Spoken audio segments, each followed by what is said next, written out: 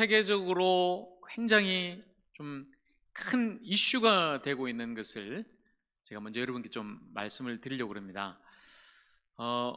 혹시 여기 이제 들어보신 분도 좀 계실 거예요. 좀 젊은 분들도 좀 관심 있는 분도 아실 텐데, 챗 GPT라는 게 있습니다. 챗 GPT, 영어로 저 그림 보시면 챗이란 말은 영어로 이제 채팅, 대화하는 거죠. 그러니까 여러분이 자주 하시는 카톡 같은 것도 사실은 채팅에 관계된 거죠. 서로 이제 대화하는 거. GPT란 게 뭐냐면 좀 영어로 어려운 말입니다만은 Generated Pre-trained Transformer 이런 말이에요. 영어로 모르시겠죠? 그러니까 한마디로 말하면 이게 대화하는 인공지능이다 이런 말이에요. AI, 인공지능인데 이 인공지능이 얼마나 개발이 됐냐면, 여러분 쉽게 말씀드리면 이전에 우리나라에 바둑 제일 잘 두는 이세돌 구단이, 그러니까 인간으로는 사실 이제 바둑을 제일 잘 두는 사람이죠. 인공지능 AI 기계하고 붙었어요. 알파고라고 하는 그 인공지능하고 바둑을 붙었는데 어떻게 됐습니까? 한 판 딱 이기고 다 졌습니다. 그러니까 그 한 판도 사실은 기적에 가까운 거죠. 사람이, 왜냐하면 인간이 기계를 이길 수가 없는 거죠. 그 기계는 지금까지 인간이 둔 모든 바둑의 데이터를 다 갖고 있어요. 어떻게 하면은 이 바둑을 이길 수 있는지 한 수, 두 수, 세 수 다 내다보고 이걸 바둑을 하니까, 사람은 실수할 수 있잖아요. 감정이 좀 흔들릴 수 있고, 그러다 보니까 뭐 삐끗 한 수 잘못 두면은 지게 되는데, 이 기계는, 인공지능은 다 내다보고 하니까 사실 인공지능 기계를 사람이 이긴다는 것은 어렵죠. 자, 그 알파고 여러분 기억하실 텐데, 이 GPT라는 것은 사람하고 대화하는 인공지능이에요. 무엇을 우리가 말하고 질문하든지 해도 이 인공지능이 모든 지구상에 있는 데이터를 다 가지고 와서 자기가 분석하고 또 그걸 편집하고 딱 답을 내놔요. 저도 궁금해가지고 이제 이걸 좀 깔고 몇 가지를 질문을 해봤습니다. 여러 가지를 좀 질문을 하면서, 그것도 또 목사다 보니까 제가 신앙적으로 이 인공지능한테 질문을 또 던졌죠. 그리고 이렇게 한번 물어봤습니다. 예수님을 믿으면 구원을 받는다, 이게 사실입니까? 하고 물으니까 이 인공지능이 사실이라고 쫙 이야기를 해요. 이게 왜 사실인지를 쭉 이야기하면서, 그래서 제가 좋다, 그러면 예수님을 믿으면 구원 받는다라는 이 주제로 네가 한번 설교를 한번 만들어 봐라, 대신 시켰어요 제가. 자, 물론 여러분 제가 설교 준비하기 싫어서 그런 건 아니고 궁금해서 한 거예요. 궁금해서. 그랬더니 여러분 제가 딱 질문을 던졌는데, 설교를 만들어 봐라 했더니 한 30초 만에 생각을 삐삐삐삐삐 해요. 그리고 30초 만에 이렇게 설교를 딱 만들었어요. 길지는 않습니다만은. 자, 여러분이 이제 최초로 인공지능이 만든 설교를 지금 듣게 되십니다. 한번 들어보세요. 예수님을 믿는다는 것은 어떤 의미인가요? 그것은 단지 예수님의 이름을 부르거나 예수님에 대해 알고 있다는 것이 아닙니다. 그것은 예수님이 이 세상에 오신 목적과 사역을 깊이 이해하고 자신의 죄와 죽음에서 벗어나기 위해 예수님의 죽음과 연합하는 것입니다. 왜 우리는 예수님의 죽음과 연합해야 할까요? 그것은 우리가 죄로 인해 하나님과 떨어져 있고 영원한 생명을 잃었기 때문입니다. 성경은 모든 사람이 죄를 범했다고 말합니다. 죄의 대가는 죽음이며 이것은 육체적인 죽음뿐만 아니라 영적인 죽음도 포함합니다. 영적인 죽음이란 하나님과 영원히 분리되어 고통스러운 곳에 가는 것입니다. 하지만 하나님께서는 우리를 사랑하셔서 자신의 독생자 예수 그리스도를 보내주셨습니다. 예수님이 오신 목적은 우리를 구원하기 위한 것이었습니다. 예수님이 십자가에서 우리를 위해 희생하시면서 우리의 모든 죄를 지우시고 하나님과 화목하게 해 주셨습니다. 예수님이 부활하시면서 우리에게 영원한 생명을 주셨습니다. 그러므로 우리가 구원받으려면 예수님이 한 일을 믿어야 합니다. 성경은 네가 만일 네 입으로 예수는 주라 시인하며 네 마음으로 하나님이 그를 죽은 자 가운데서 다시 살리셨다고 믿으면 구원을 받으리라고 말합니다. 이것이 바로 예수님을 믿으면 구원받는다는 것입니다. 오늘 여러분께서도 하나님께서 주신 이 크고 소중한 선물을 받아보시기를 바랍니다. 하나님이 여러분을 얼마나 사랑하시는지 알아보시기를 바랍니다. 예수님이 여러분의 구주이자 주인이 되시기를 바랍니다. 제 설교 아닙니다. 지금 인공지능이 만들어낸 설교예요. 30초 만에. 어때요, 여러분? 와, 놀랐어요, 저는. 충격받았습니다. 제가 25년을 지금 설교를 하고 있고, 지금도 매주 이 강대상에 서기 위해서 사실 일주일 동안 계속 본문을 읽고 묵상하고 연구하고 책을 읽고 주석을 참고하고 계속 기도하면서 아주 힘겹게 지금 설교를 준비해서 하는데, 딱 주제를 던졌더니 단 30초 만에 이렇게 단순하고 깔끔하고 확실한 설교를 딱 만들어내는 거죠. 그리고 사실 놀랐습니다만 한편으로는 좀 겁이 나요. 와, 세상이 앞으로 이제 어떻게 변할 것인가. 목사보다도 이렇게 설교문을 잘 만들어내는데 나중에 과연 목사가 설 자리가 있을까라는 생각도 하게 되는 거죠. 어때요, 여러분? 사실 우리가 그동안 코로나 시기를 겪으면서도 함께 예배 못했을 때 여러분들은 가정에서 생방송으로 우리 교회 예배 현장을 또 보고 온라인 예배 드렸고요. 또 여러분 얼마든지 여러분 스마트폰으로 유튜브 보면서 여러분이 좋아하고 듣고 싶은 설교 다 찾아서 그렇게 들으셨죠? 앞으로는 완전히 달라진다는 거죠. 설교자가 여기 없어도 여러분이 듣고 싶은 그 설교 인공지능 기계가 해줄 그런 시대가 앞으로 찾아오게 된다면, 근데 한편으로는 그런 생각을 했죠. 맞다. 세상의 모든 성경적인 지식과 데이터 주석을 다 이 기계가 갖고 있고 정확하게 분석하고 편집해서 할 수는 있지만 기계가 없는 게 있죠. 뭘까요, 여러분? 기계한테 없는 게 뭐예요? 영혼이 없어요. 오늘 이 예배 시간 하나님의 말씀을 듣는다는 것은 영혼과 영혼의 만남 아니겠어요? 영이신 하나님 앞에 우리가 영으로 함께 나가는 것이고, 성령께서 이 시간에 보이지 않습니다마는 그 성령이 이 시간에 말씀을 전하는 이 설교 시간에 여러분의 영에 주님이 역사하시는 거죠. 어떤 기계가 깔끔하고 확실한 이 글은 만들 수 있을지 몰라도 영혼의 변화, 영혼의 울림, 영혼의 만짐은 결코 기계가 할 수 없다는 거죠. 영과 영의 만남, 영이신 하나님께서 여러분을 만나주시고 만져주시고 이 말씀으로 변화시켜주시는 그런 영혼의 시간이 되기를 간절히 소망합니다. 자, 우리가 계속해서 로마서 말씀을 함께 나누고 있습니다. 로마서에서 사도 바울은 지난주에 이어서 율법의 행위가 아니라 우리의 어떠한 노력이나 우리의 공로가 아니라 오직 예수 그리스도를 믿음으로, 무엇을 믿는 것입니까? 바로 예수님께서 우리를 위해 대신 십자가에서 죽으시고 부활하셨음을 믿음으로 우리가 의롭다함을 얻고 하나님과의 올바른 관계가 회복되고 영원한 생명 구원받는다고 분명히 말씀드렸습니다.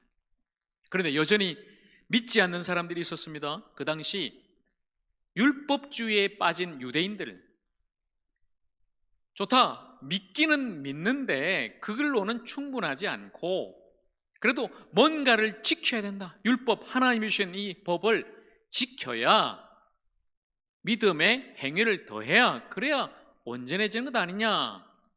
그런 율법주의에 빠진 유대인들은 여전히 그것을 받아들일 수가 없었죠. 그래서 사도 바울은 그들이 받아들일 수밖에 없는 한 사람을 지금 내세우고 있습니다. 유대인들의 조상인 아브라함이죠. 그래서 오늘 로마서 4장은 바로 이 신칭의 오직 믿음으로 의롭다함을 얻는다는 이 말씀의 증인으로 아브라함을 소환하고 있습니다. 오늘 4장 3절 말씀 다시 보겠습니다. 성경이 무엇을 말하느냐? 아브라함이 하나님을 믿음에 그것이 그에게 의로 여겨진 바 되었느니라. 바울이 분명하게 말씀하고 있죠. 아브라함이 하나님을 믿음에, 여러분 아브라함이 딴 것 한 게 아닙니다. 하나님을 믿었어요. 믿었더니 하나님께서 그 믿음을 보시고 아브라함을 의로 여겨주셨다. 하나님과의 관계가 이제 올바르게 되었다. 하나님께서 그를 구원하셨다. 바로 이 말씀을 하고 있는 것이죠. 그리고 이 말씀은 원래 창세기 15장 6절에 있는 말씀이에요. 자, 아브라함에 대해서 짧게 함께 나눌까요? 창세기 12장에 하나님께서 아브라함을 부르십니다. 너는 고향과 친척과 아버지의 집을 떠나서 내가 너에게 보여줄 땅으로 가라 말씀하셨어요. 여러분 어떠세요? 지금 아마 평생 이 하저리 땅에 살고 계신 분들도 많이 계실 거고, 우리 노 장로님 권사님들, 그리고 타지에서 여기로 오신 분도 계실 거예요. 저도 서울에 오래 살다가 이 하저리에 온 지 약 한 5년 됩니다 이제. 근데 참 쉽지가 않았어요. 자신의 삶의 터전을 옮기고 이동한다는 것은, 낯선 곳에 가서 낯선 사람 만난다는 것은 참 어려운 일이죠. 그런데 지금 이건 다른 차원이에요. 아예 어디로 갈지도 몰라요. 그냥 하나님이 떠나라, 가라, 내 손만 보고 가라는 거예요. 아브라함이 어떻게 했습니까? 히브리서 11장 믿음장에 보면 아브라함은 믿음으로 순종하여 갈 바를 알지 못하고 갔다. 갈 바를 알지 못했지만 그냥 하나님만 믿고 갔다는 것이죠. 믿음으로 순종하고 나갔다. 자, 그때에 하나님께서 창세기 15장 보면 다시 아브라함에게 나타나서 이렇게 말씀하십니다. 아브라함아, 너는 두려워하지 마라. 나는 너의 방패요, 나는 너의 지극히 큰 상급이다. 이렇게 말씀하실 때 아브라함이 하나님께 이렇게 묻습니다. 하나님께서 가라 하셔서 내가 믿음으로 갔고, 하나님께서 나에게 자손을 주시고 그리고 이 땅을 나와 우리 자손에게 주신다고 해서 믿고 왔는데, 하나님 저에게는 지금 자손이 없습니다. 후손이 없습니다. 나의 후손은 내가 집에서 지금 키우고 있는 나의 종입니다. 이런 이야기를 해요. 자, 그때에 하나님께서 아브라함에게 보여주시고 또 말씀하시죠. 아니다, 저 하늘을 봐라. 하늘에 있는 수많은 무별과 같이 너의 자손도 그렇게 될 것이다. 너의 자손도 이렇게 많아질 것이다. 그리고 너의 자손이 내가 약속한 이 땅, 가나안 땅을 얻게 될 것이다. 분명히 말씀하시죠. 그리고 창세기 15장 6절, 아브라함이 여호와를 믿으니 여호와께서 이를 그의 의로 여기시고, 오늘 로마서 4장 3절과 똑같은 말씀이죠. 아브라함이 믿었다는 거예요. 여전히 자손이 없어요. 자식이 없어요. 땅도 한 평도 없단 말이에요. 그런데도 불구하고 아브라함은 하나님을 믿었습니다. 하나님의 그 약속의 말씀을 믿었다는 거예요. 그래서 그 믿음을 하나님께서 보시고 아브라함을 의롭다 하셨다. 바로 이 말씀인 것이죠. 여러분, 아브라함이 어떤 행위를 했습니까? 열심히 하나님께 인정받으려고, 하나님께 그 영생 구원받으려고 무엇을 했습니까? 아닙니다. 행위가 아닙니다. 여러분, 아브라함이 지금 어떤 율법을 지켜서입니까? 아니요. 여러분, 율법은 아브라함보다 400년이나 훨씬 지난 뒤에 모세 때에 하나님이 이스라엘 백성에게 주신 거죠. 시내산에서 십계명과 함께. 사실 여러분, 아브라함은 율법을 지키고 싶어도 율법이 아예 없었어요. 할례는 어때요? 그 당시 많은 유대인들이 믿음에다가 율법을 더 지키고 할례도 행해야 됩니다라고 이야기했지만, 할례, 하나님의 구원 백성으로서의 어떤 표징, 오늘날 우리 그리스도인에게 있어서는 하나의 세례 같은 게 되겠죠. 이거 안 하면 구원 못 받습니다. 그러나 이렇게 아브라함이 믿음으로 하나님께 의롭다함을 받았을 때는 아브라함이 그 할례를 받기 전이었어요. 그러니까 어떤 행위도 아니고 율법을 지켜서도 아니고 할례를 받아서도 아니라는 것이죠. 그저 아브라함이 한 것은 하나님을 믿었다는 거예요. 하나님의 그 약속의 말씀을 그저 믿었다는 것이죠. 여러분, 그러나 또 한 가지 사실은 아브라함이 그렇게 잘 믿어서 하나님께 인정받은 것인가? 그러면 여러분, 그렇게 아브라함이 믿음의 조상이고 믿음이 좋아서 잘 믿어서 하나님께 인정받고 구원받았다, 그러면 그 믿음조차도 아브라함의 행위가 되는 거예요. 아, 아브라함이 잘 믿어서 그렇구나. 그 믿음조차도 자신의 공로요, 내가 믿어서 구원받았다, 자신의 의가 되는 것이죠. 여러분, 결코 그렇지 않습니다. 여러분, 아브라함의 일생을 우리가 잘 찾아보면 오늘 우리가 믿음의 조상 아브라함이 하나님을 믿어서 하나님께 인정받고 의롭다함을 얻었다고 우리가 말씀을 받고 있지만, 어때요 여러분? 아브라함은 하나님이 가라 했을 때 그 가나안 땅 들어갔는데 그 땅에 기근이 찾아오고 좀 살기 힘드니까 애굽으로 그냥 도망갔죠. 그 땅에 가서 또 어떻게 했어요? 자기 죽을까 봐 자기 아내 사라를 누이라고 또 거짓말도 하고요. 자기 자손이 없으니까 그냥 엘리에셀이 내 후손입니다, 이런 믿음 없는 말을 하죠. 그리고 자신의 여종인 하갈을 통해 아들을 낳아요. 그 이스마엘이잖아요. 나중에 하나님께서 아브라함에게 너의 이름을 이제 아브라함으로 바꾸겠다, 열국의 아버지다, 수많은 자손의 아버지다, 조상이다. 그때 아브라함이 어떻게 합니까 여러분? 아이고 하나님, 웃습니다. 나중에 사라도 같이 웃죠. 웃는다는 게 뭐예요 여러분? 아이고 하나님, 아이고 웃기지 마세요. 하나님 100세 지금 나이가. 여러분 지금 어떠세요? 여기 90 넘으신 우리 권사님도 계신데, 예, 제일 앞에 있는 우리 교회 지금 출석하고 계신 권사님 중에 제일 최고령자 한정호 권사님, 아들 낳으시겠어요? 웃죠 지금. 우리가 웃죠? 웃잖아요. 한정호 권사님 아들 낳는데요. 이런 반응이에요 지금. 내가 지금 100세고 살아도 지금 99세. 어떻게 나요? 어떻게 나요? 웃습니다. 그런 사람이 아브라함이었어요. 아브라함의 믿음 좋다고요? 아니요. 아브라함 역시 우리도 마찬가지지만 여전히 우리는 불완전하고 사실은 믿음 없는 사람이죠. 우리가 하나님을 믿고 구원받는다는 것은 우리의 믿음이 아니라 여전히 우리가 죄인이고 우리는 부족하고 우리는 불완전하지만 우리를 인정해 주시고 우리를 불러주시고 우리를 택하여 주신, 끝까지 우리를 기다려 주신 하나님의 믿음, 바로 그 하나님의 신실하심에 있다는 거예요. 여러분 꼭 기억하십시오. 아브라함의 믿음 우리의 믿음이 아닙니다. 하나님의 그 신실하심, 바로 그것을 우리는 하나님의 은혜라고 부르죠. 하나님의 그 놀라운 은혜와 하나님의 신실하심으로, 놀라운 그 사랑으로 저와 여러분이 믿고 구원받은 줄로 믿습니다. 바로 그것이 오늘 가장 중요한 핵심인 거죠. 자, 이제 우리 인정합니다.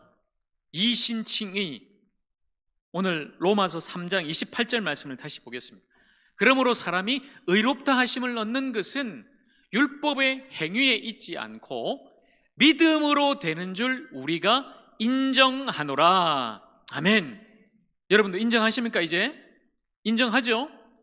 우리가 다른 걸 해서가 아니라 오직 믿음으로 의롭다함을 얻고 구원받는다. 그러나 그 믿음조차도 우리의 것이 아니라 하나님이 주신 은혜요, 하나님의 선물이다.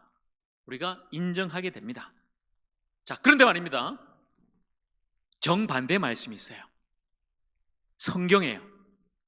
오늘 우리가 읽었던 이 로마서 말씀과 정반대 말씀이 야고보서에 나옵니다. 자, 그 말씀을 여러분께 알려드리겠습니다. 야고보서 2장 21절과 24절 말씀을 보십시오. 우리 조상 아브라함이 그 아들 이삭을 제단에 바칠 때에 행함으로 의롭다 하심을 받은 것이 아니냐, 이로 보건대 사람이 행함으로 의롭다 하심을 받고 믿음으로만은 아니니라, 이런 말씀이 나와요. 여러분, 우리가 조금 전에 봤던 로마서 말씀하고 완전히 반대죠. 로마서는 오직 의인은 믿음으로 말미암아 하나님을 믿음의 그의 의로 여기셨다, 믿음으로 의롭다함을 얻는다고 말씀하고 있는데, 지금 이 야고보서는 행함으로 의롭다함을 얻는다. 그것도 누구를 예를 들어서요? 아브라함. 똑같이 사도 바울도 로마서에서 아브라함을 통해, 야고보서는 야고보가 아브라함을 통해 아브라함의 행함이다, 믿음만으로는 안 된다, 행함으로 의롭다함을 얻는 것이다, 지금 이렇게 이야기하고 있다는 거죠. 여러분, 이게 뭡니까? 성경이 이렇게 왔다 갔다 해도 되는 것일까요? 로마서도 성경 말씀이요, 야고보서도 분명히 살아계신 하나님의 말씀일진데, 이 말씀이 우리에게 주는 것이 뭘까요? 자, 우리가 분명히 알아봐야 되겠습니다.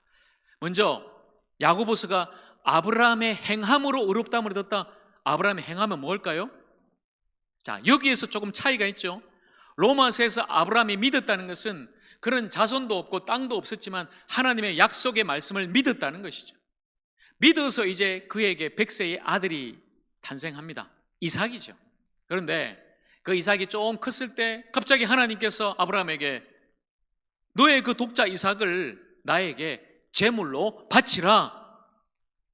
아니, 여러분이 청천벽력 같은 이 하나님의 말씀을 어찌합니까? 내 생명보다 귀하고 100세에 낳은 아들, 눈에 넣어도 아깝지 않을 이 아들을 죽여서 제물로 바치라는요, 이 말이 되는 소리입니까 지금? 그런데도 불구하고 아브라함이 그 아들을 제물로 바치죠. 바로 그 행함을 말하고 있는 거죠.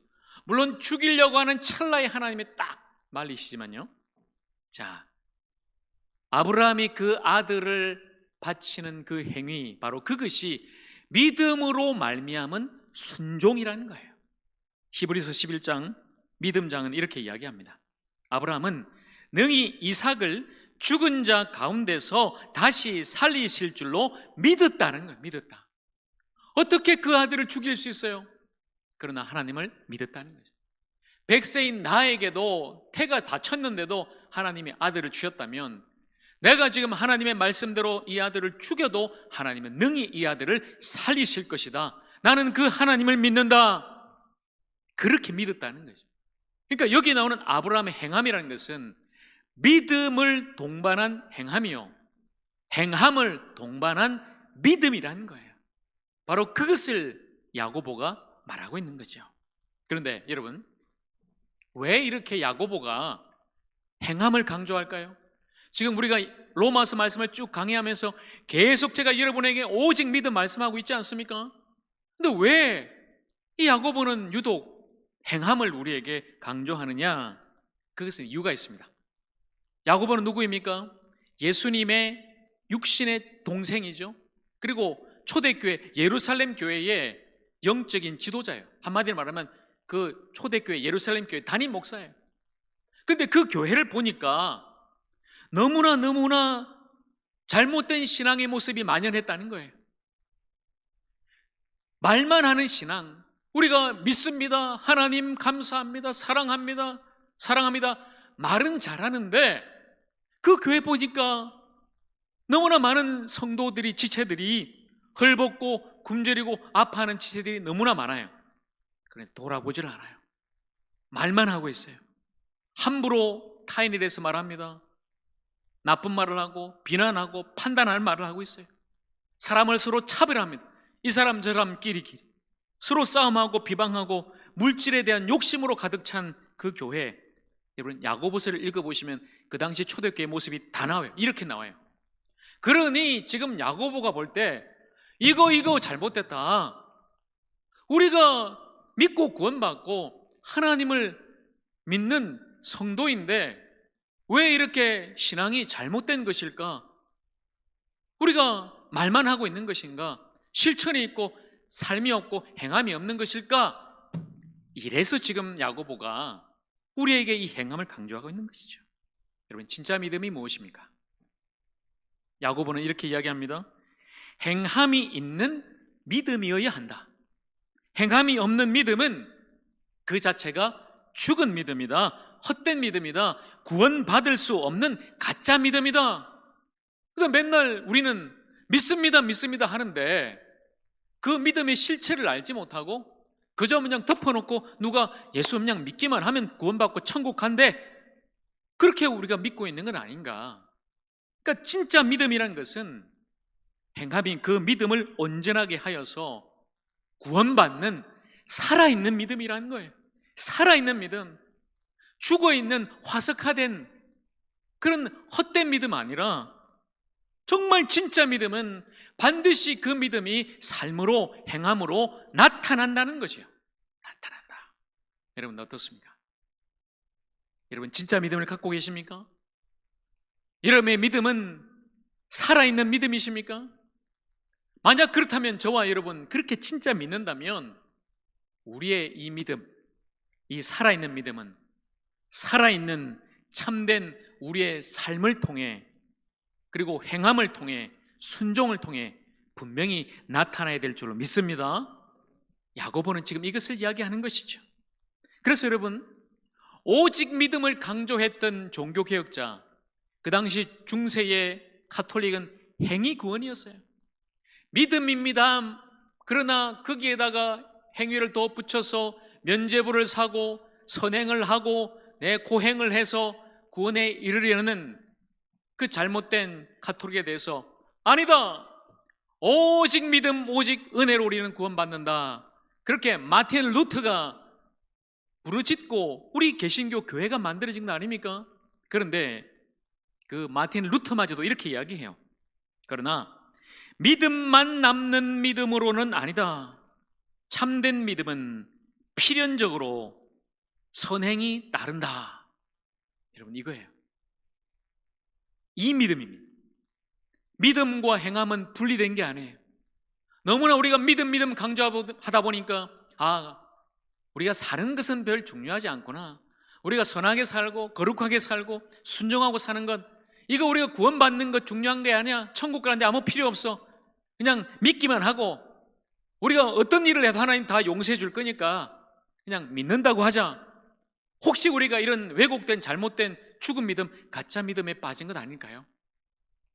오늘 우리 진짜 믿음을 다시 회복해야 되겠습니다.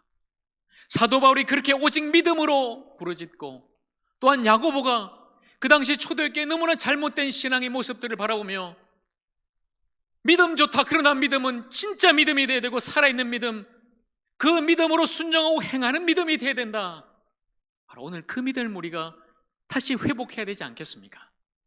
사랑하는 여러분, 오늘 말씀을 제가 결론으로 오직 믿음이냐 행함이냐 이 두 가지를 결합시키고 로마서와 야고보서를 결합시키고 또 로마서를 썼던 사도 바울과 그 야고보를 같이 붙여서 마지막으로 말씀드립니다.